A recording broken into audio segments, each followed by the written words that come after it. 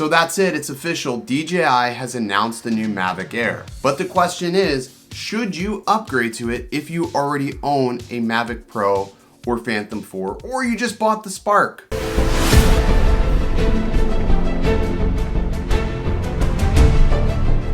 What's up everyone? Welcome back to Phones, Drones, and Tech. I'm Original Dobo, and if you're new around here or you haven't yet hit that subscribe button, consider doing that at the end of this video. DJI has announced their brand new Mavic Air drone for 2018, and it's sort of like a happy medium between a Spark and the Mavic. It's sort of sandwiched in between the two as far as specs and price goes.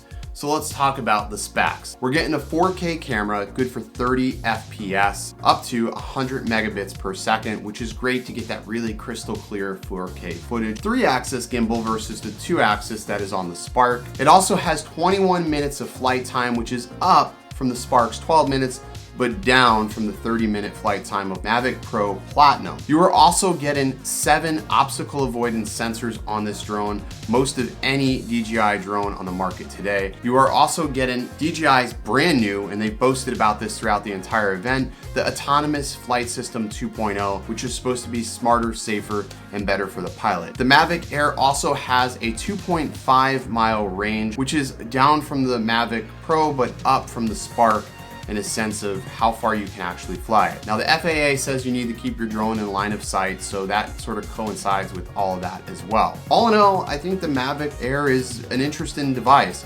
It's able to fold up, so the footprint is going to be about the size of an average cell phone nowadays. So who is this drone really for? Well, if we really look at the range and the overall specs, this sort of falls between, you know, your entry-level drone and somebody who's like more or less a novice, not really your pro consumer.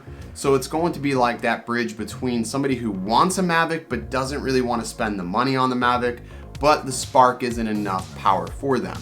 Speaking of money, the Mavic Air is coming in at $799 for the standard package, and then if you want to get the Fly More package, which is going to give you more batteries and a carry-in case, you're going to be looking at $999. I'm really aggravated that the Mavic Air is that inexpensive to start.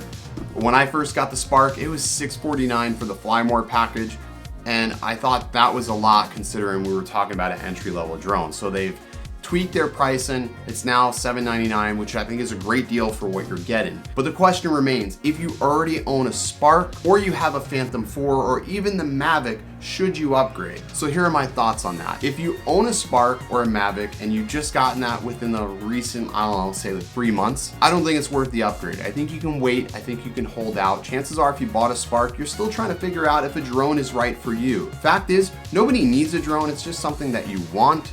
And they're fun to have, let's face it, they are really fun and it's super addicting. But if you have a Phantom 4, or maybe you bought a Mavic when it first came out, this could be a great upgrade if you're not really flying far and you want to travel, since this drone is so easy to fit in just about anywhere. Those are just my thoughts. Things to think about is your flight time and how you're flying. So if you're somebody who likes to fly far, or possibly flying out over the water where maybe stability could be an issue, I would look towards maybe like a Phantom 4 or possibly wait until the Phantom 5 is announced. Personally, I think this drone is a little bit too small for me.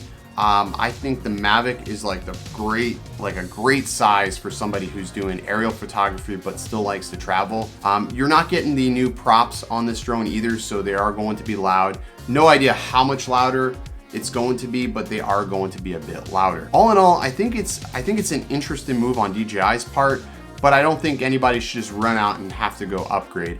Obviously, I will go ahead and get my hands on it eventually and go ahead and do a full review. So I'll have to wait for that, but I have no intention on getting rid of my Spark or my Phantom 4 Advanced at any point. I still love both of those drones and I think they serve their purpose and their own ways. Pre-orders start today. It's shipping on the 28th and I think it'll be available in select retailers, so Best Buy will definitely have this if you want to check it out. That's going to do it for this video. If you like it, make sure you hit that like button. If you loved it, make sure you hit the subscribe button. As always, guys, thank you so much for being a part of my channel, and I will see you in the next one. Peace.